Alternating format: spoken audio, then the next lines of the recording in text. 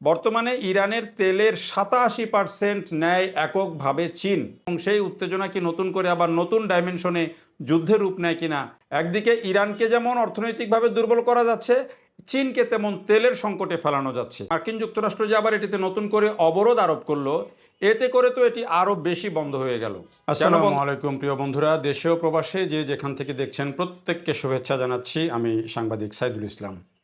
মার্কিন যুক্তরাষ্ট্র এবং ইরানের মধ্যে আলোচনা ভেস্তে যাওয়ার পর এখন নতুন করে হরমুজ প্রণালীকে ঘিরে শুরু হয়েছে নতুন উত্তেজনা। অনেক শঙ্কা তৈরি হচ্ছে শেষ পর্যন্ত নাকি আবার হরমুজ প্রণালীকে ঘিরে একটা বহুপাক্ষিক যুদ্ধ বেঁধে যায়, এরকম শঙ্কাও অনেকে করছেন। এবং কী কারণে এই শঙ্কা তৈরি হচ্ছে সেটি আজকে বিশ্লেষণ করব। পাশাপাশি এই আহ, ইরান ইরান এবং মার্কিন যুক্তরাষ্ট্রের যেই দ্বন্দ্ব এবং এই দুই দেশের যে যুদ্ধ, এটি শেষ পর্যন্ত তেলের যুদ্ধে রূপ নিচ্ছে কিভাবে, সেটি আমরা ব্যাখ্যা করার চেষ্টা করব। তো এই যে হরমুজ প্রণালী, সেই হরমুজ প্রণালীতে ইরান যে হরমুজ প্রণালীকে বন্ধ করে রেখেছে যুদ্ধ শুরুর পর থেকে, এবং এখন যুদ্ধবিরতির পরও কিন্তু বন্ধ আছে, সেই সময়ে এসে যুদ্ধবিরতির পর যখন আলোচনা ভেস্তে গেল, তখন মার্কিন প্রেসিডেন্ট ডোনাল্ড ট্রাম্প তিনি বলেছেন যে পারস্য উপসাগরে অবরোধ আরোপ করা হবে, হরমুজ প্রণালীতে অবরোধ আরোপ করা হবে, এবং এটি বাংলাদেশ টাইমে 8টায় এই অবরোধটা শুরু হয়ে গেছে, যেটি এরই মধ্যে বিভিন্ন গণমাধ্যমের খবরে আসছে। এখন এই অবরোধ কিভাবে হবে, কিভাবে করা হবে, এই বিষয়টি পরিষ্কার করা হয়েছে মার্কিন যে সেন্ট্রাল কমান্ড, সেই সেন্ট্রাল কমান্ড থেকে। এবং ডোনাল্ড ট্রাম্পও এটি পরিষ্কার করেছেন যে ইরানের ভেতরে, ইরানের বন্দরগুলোতে কোনো জাহাজ ঢুকতে পারবে না, সেখান থেকে কোনো জাহাজ বের হতে পারবে না। আর ইরানের এই জাহাজ ব্যতীত অন্য যে জাহাজগুলো, সেগুলো হরমুজ প্রণালী দিয়ে চলাচল করতে পারবে। যদিও হরমুজ প্রণালী এখন কিন্তু বন্ধ রয়েছে।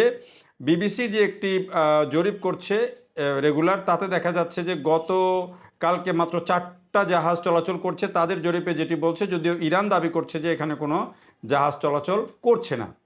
তো কার্যত যেই প্রণালী দিয়ে 138টা জাহাজ দিনে চলাচল করে, সেই প্রণালী দিয়ে 3টা 4টা 10টা জাহাজ চলাচল করা, এটা তো তেমন কোনো বিষয় না। কার্যত এটি বন্ধ আছে। এখন এই যে ডোনাল্ড ট্রাম্প এবং মার্কিন যুক্তরাষ্ট্র যে আবার এটিতে নতুন করে অবরোধ আরোপ করলো, এতে করে তো এটি আরও বেশি বন্ধ হয়ে গেল। কেন বন্ধ হয়ে গেল? কারণ এখানে নানা ধরনের ঝুঁকি আছে। এই ঝুঁকির মধ্য দিয়ে কিন্তু কেউ এই জাহাজ চলাচল করানো বা জাহাজ পার করা, সেটি কিন্তু কারোর জন্য খুব বেশি সহজ হবে না। এখন প্রশ্ন হচ্ছে যে এই নৌ অবরোধ কেন আরোপ করা হচ্ছে, আর এই নৌ অবরোধ করলে কার লাভ হবে, কার ক্ষতি হবে, মার্কিন যুক্তরাষ্ট্র এটি দিয়ে আসলে কি পেতে চাইছে। যুদ্ধবিরতি চলছে, এই সময় এসে যখন এই নৌ অবরোধ আরোপ করা হচ্ছে, তো যেখানে মার্কিন যুক্তরাষ্ট্র নিজেই চাইছে যে তেলের প্রবাহ বাড়ুক, হরমুজ প্রণালী খুলে দেওয়া হোক, তেলের দাম কমে যাক, সেখানে সেই মার্কিন যুক্তরাষ্ট্রই আবার কেন অবরোধ আরোপ করছে সেটি কিন্তু বোঝা দরকার আছে। এবং এর পেছনেই কিন্তু, যেটি আমি বলছিলাম, ওই যে তেলের রাজনীতি, সেই রাজনীতিটা রয়ে গেছে। দেখেন, বর্তমানে ইরানের তেলের 87% নেয় এককভাবে চীন, এবং এটি ইরান থেকে সরাসরি চীন নিয়ে যায়। তার মানে কি, ইরানের তেলের 87% বিক্রি হয়, মানে এককভাবে চীন এই তেলের সবচেয়ে বড় গ্রাহক। এখন যদি এই প্রণালীতে অবরোধ চলে, চীন যদি আসতে না পারে, তাহলে কি হবে? ইরানের এই তেল বেচা বন্ধ হয়ে যাবে। চীনের কিন্তু তেলের তখন মানে ঘাটতি দেখা দিবে। একদিকে ইরানকে যেমন অর্থনৈতিকভাবে দুর্বল করা যাচ্ছে, চীনকে তেমন তেলের সংকটে ফেলানো যাচ্ছে। এইটা হচ্ছে ট্রাম্পের মূল পলিটিক্স এইখানে, এই তেলের ক্ষেত্রে। দেখেন, আরেকটা জিনিস আপনাদেরকে একটু আমি বলি। ডোনাল্ড ট্রাম্প যেই ভেনেজুয়েলার প্রেসিডেন্টকে যে নিয়ে আসলেন, মাদুরোকে যে ধরে নিয়ে আসলেন, দেখেন ভেনেজুয়েলাতেও কিন্তু চীনের বড় বিনিয়োগ ছিল, এবং সেটিও কিন্তু তেলকে কেন্দ্র করেই। বিশ্বের 1 নম্বর তেল এখন যাদের মজুদ আছে সবচেয়ে বেশি, 304 বিলিয়ন ব্যারেল, সেটি হচ্ছে ভেনেজুয়েলা। এই তালিকায় 4 নম্বরে আছে ইরান, তাদের 158 বিলিয়ন ব্যারেল। দুটি বড় তেল সমৃদ্ধ দেশকে চীন তাদের বড় জায়গা বানিয়েছে, সোর্স বানিয়েছে, সেখানে তারা বিলিয়ন বিলিয়ন ডলার বিনিয়োগ করেছে। 2021 সালের একটি চুক্তি অনুযায়ী চীন ইরানে 400 বিলিয়ন ডলার বিনিয়োগ করবে, এরকম একটা চুক্তি আছে, পর্যায়ক্রমে 400 বিলিয়ন ডলার বিনিয়োগ করবে। তার মানে বুঝতে পেরেছেন যে চীন ইরানের মধ্যে কী ধরনের অবস্থান নিয়ে আছে। এখন ডোনাল্ড ট্রাম্প কিন্তু ওই গেমটাই এখন খেলছেন, যে যদি এখন হরমুজ প্রণালীতে অবরোধ আরোপ করা যায়, তেল বিক্রি করতে না পেরে ইরানের অর্থনীতি ধাক্কা খাবে, আরেকদিকে তেল না পেয়ে চীন ধাক্কা খাবে। এই দুটো কাজ একসাথে এক ঢিলে দুই পাখি মারার মতো ট্রাম্প করতে চাইছেন। কিন্তু এই যে করতে চাইছেন, সেই করতে পারাটা কি খুব সহজ মনে হয়? কাজটা কিন্তু খুব সহজ নয়। নৌ অবরোধ আরোপ করতে গেলে সেখানে কি করতে হবে? মার্কিন হয়তো যুদ্ধজাহাজ সেখানে মোতায়েন করতে হবে। সেখানে যে জাহাজগুলো যেতে চাইবে তাদেরকে ক্লিয়ারেন্স দিতে হবে। কিন্তু এখন আইআরজিসি যেভাবে হরমুজ প্রণালীকে নিয়ন্ত্রণে রেখে দিয়েছে, এই প্রত্যেকটা জাহাজের তো সিকিউরিটির বিষয় আছে। প্রত্যেকটা জাহাজের তো আর বললেই সেখান দিয়ে তারা পাড়ি দিয়ে চলে যাবে না। আর যদি ওই জায়গা থেকে ছোট্ট ন্যারো, যে এটি 40 কিলোমিটারের মতো যে ন্যারো যেই জায়গা এই হরমুজ প্রণালী, সেইখানে যদি থেকে এটাকে নিয়ন্ত্রণ করতে হয় মার্কিন যুক্তরাষ্ট্রের, তাহলে নিশ্চয়ই সেখানে যুদ্ধজাহাজ মোতায়েন করতে হবে অথবা স্থলবাহিনী সেখানে থাকতে হবে। কিন্তু ওই জায়গাতে, ছোট্ট জায়গাতে কোনো যুদ্ধজাহাজ মোতায়েন করা আর সেটাতে অ্যাটাক করা ইরানের জন্য পান্তাভাত। ইরান কিন্তু ইসরায়েলে হামলা করছে, ইরান ইউএইতে হামলা করছে, ইরান সৌদি আরবে হামলা করছে। তো যখন এটি এই হরমুজ প্রণালীর মুখে যখন কোনো যুদ্ধজাহাজ আসবে, তখন সেটাতে হামলা করা তো ইরানের জন্য খুব সহজ কাজ। তো এই অবরোধটা করে সফলতা পাওয়া খুব কঠিন হবে, এমনটা অনেক বিশ্লেষক বলছেন, যেগুলো বিভিন্ন দেশের গণমাধ্যম এবং বিশেষজ্ঞদের যে মতামত সেগুলো ঘাটাঘাটি করে যেটি জানলাম।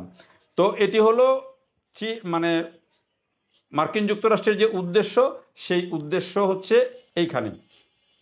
এখন তারা মুখে যেটি বলছে যে তাদের প্রধান দাবি হচ্ছে যে ইরান তাদের ইউরেনিয়াম সমৃদ্ধকরণ বন্ধ করবে এবং হরমুজ প্রণালী খুলে দিবে। কিন্তু এই দুটি হচ্ছে ইরানেরও হলো প্রধান রেড লাইন। ফলে এই যুক্তরাষ্ট্রের সাথে তাদের এই আলোচনায় যে খুব বেশি ফলাফল হবে না, এটি পরিষ্কার। আর ফলাফল হবে না বলেই কিন্তু এখন এই মধ্যপ্রাচ্যের ভূরাজনীতি চেঞ্জ হয়ে যাচ্ছে, ভূরাজনীতি বদলে যাচ্ছে। পাশাপাশি দেখেন চীন এখানে বড় স্টেক হোল্ডার হয়ে যাচ্ছে অটোমেটিক্যালি। কেন স্টেক হোল্ডার হয়ে যাচ্ছে? যখনই চীনের এই জাহাজ ঢুকতে পারবে না, বের হতে পারবে না, যখনই ইরান থেকে তেল নিতে পারবে না, যখনই হরমুজ প্রণালীতে এসে বা ওই পারস্য উপসাগরে যুক্তরাষ্ট্রের তরফ থেকে যখনই চায়নার জাহাজকে আটকে দেওয়া হবে বা যদি কোনো রকমের অ্যাটাক করা হয়, তাহলে চায়না কি সেখানে শুধুই বসে বসে দেখবে? কিংবা ইরানের সাথে তার সম্পর্ক কি এরকমই যে সে বলল আর তেল নেওয়া বন্ধ করে দিবে চায়না? এমনটা তো হওয়ার কথা না। তাহলে কিন্তু চীনও তেলের বিষয়ে কিন্তু একটা বড় সংকটে পড়বে। হ্যাঁ, একটা হতে পারে যে মার্কিন যুক্তরাষ্ট্র চীনকে একটা অফার করতে পারবে যে আমার কাছে প্রচুর তেল আছে, তুমি আমার কাছ থেকে আরও কমে তেল নিয়ে নাও, কম দামে তেল নিয়ে নাও। এই অফার হয়তো চীনকে মার্কিন যুক্তরাষ্ট্র দিতে পারে, কিন্তু চীন সেই অফার গ্রহণ করবে বলে মনে হয় না। সে বরং ইরানের তেলকেই প্রায়োরিটি দিবে, ভেনেজুয়েলার তেলকেই প্রায়োরিটি দিবে, এটাই স্বাভাবিক। তো সেই জায়গায় এখন এই হরমুজ প্রণালীতে যে এই অবরোধ, সেই অবরোধের কারণে নতুন করে উত্তেজনা কোথায় গিয়ে ঠেকে। আর মধ্যপ্রাচ্যের রাজনীতিও দেখছে একটু একটু করে চেঞ্জ হচ্ছে। হঠাৎ করে পাকিস্তানের কাছ থেকে পুরনো পাওনা $350 কোটি সেটি সংযুক্ত আরব আমিরাত চেয়ে বসেছে যে এটি এখন একবারে শোধ করে দিতে হবে। অর্থাৎ পাকিস্তানের এখন এমনিতেই রিজার্ভের সংকট, তার উপরে যদি এখন হঠাৎ করে সংযুক্ত আরব আমিরাত কি তাদের সাথে সম্পর্ক দূরত্ব তৈরি হয়ে গেছে, এখন তাদের সেই টাকা একবারে পরিশোধ করতে হবে। এটি নিয়ে পাকিস্তানও আছে একটা ঝামেলায় পড়েছে ভালোই। এই মধ্যস্থতা করতে গিয়ে আরব আমিরাতের সাথে তার সম্পর্কের কিছুটা অবনতি হয়েছে। এখন সেই অবনতি নতুন কোন সমীকরণ মোড় নেয়, সেটিও কিন্তু একটা দেখার বিষয়। সৌদি আরবে পাকিস্তান তাদের বিমান পাঠিয়েছে, যুদ্ধবিমান পাঠিয়েছে, জেট। এগুলোও কিন্তু এখন মধ্যপ্রাচ্যের নানান সমীকরণ উঠে আসছে যে আসলে কে কার সাথে যাচ্ছে, কে কার দিকে ঝুঁকছে। চীনের অবস্থান এখানে কি? এদিক দিয়ে রাশিয়াও কিন্তু খেপেছে। রাশিয়াও প্রতিক্রিয়া জানিয়েছে যে হরমুজ প্রণালীতে অবরোধ আরোপ করা হলে সেটির ফলাফল ভালো হবে না। চীনও কিন্তু এটি নিয়ে প্রতিক্রিয়া দিয়েছে যে এটি হবে এক ধরনের কি বলা যায় যে এটিকে জোরপূর্বক একটা কাজ, যে এখানে অবরোধ আরোপ করা। যদিও চীনের ভাষা এখনও সংযত, কিন্তু এটি শেষ পর্যন্ত সংযত থাকবে কিনা সেটি কিন্তু একটা দেখার বিষয়। তো সব মিলিয়ে এই যে যুদ্ধবিরতি চলছে, তার মধ্যেও নতুন উত্তেজনা তৈরি হয়েছে এবং সেই উত্তেজনা কি নতুন করে আবার নতুন ডাইমেনশনে যুদ্ধের রূপ নেয় কিনা, সেটি কিন্তু এখন একটা বড় শঙ্কা। আর এই শঙ্কার মধ্যেই যখনই হরমুজ প্রণালী অবরোধের কথা আসছে, তখনই আবার তেলের দাম বাড়তে শুরু করেছে। যে তেলের দাম $95 নেমেছিল, সেটি আবার আজকে $104 উঠে গেছে। এটিই কিন্তু বড় আশঙ্কার বিষয়। অবরোধ চললে কিন্তু তেলের দাম আরও বাড়তে থাকবে। দেখার জন্য সবাইকে অনেক ধন্যবাদ।